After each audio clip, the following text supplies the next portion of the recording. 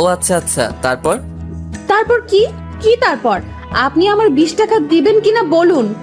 একটু পিছনে ঘুরুন না। কেন, পিছুই ঘুরলেই কি আমি আমার 20 টাকা পেয়ে যাব?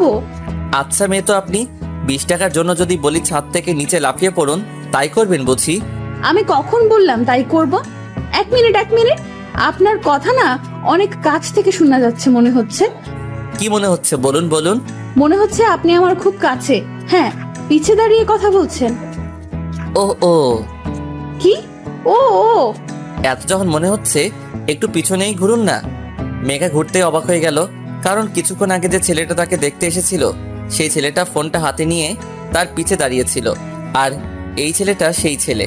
এতক্ষণ পাগলের মতো বকবক করে যাচ্ছিল মেঘা, পিছে যে কেউ আছে তা খেয়াল করেনি।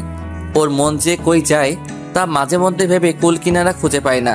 হায় রে কপাল, মেঘা যে ছেলেটা ওকে দেখতে আসছে তার নাম্বারে 20 টাকা যেতেই হলো। আর অন্য কোনো নাম্বার কি দুনিয়ায় ছিল না? কি হতো ফোন নাম্বারটা কোনো মেয়ের হলে? এখন এই হাবলাকান্তকে আমি কি বলি? মনে মনে ভাবছে মেঘা। দুজনের মাঝে ক্ষণিকের নীরবতা। এবার মেঘা কাব্যর দিকে একটু চোখ দিল। কাব্য কালো রঙের শার্ট সাথে ব্লু জিন্স পরেছে, হাতে একটা ব্র্যান্ডের ঘড়ি আছে।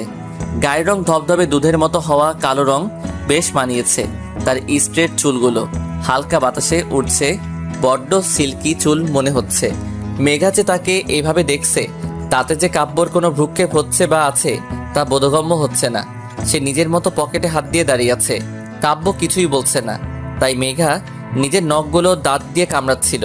হুট করে মেঘার মাথায় আসলো, এখন তো উনি আমার 20 টাকা দিয়ে দিতে পারে, এখন তো কোনো সমস্যা নেই।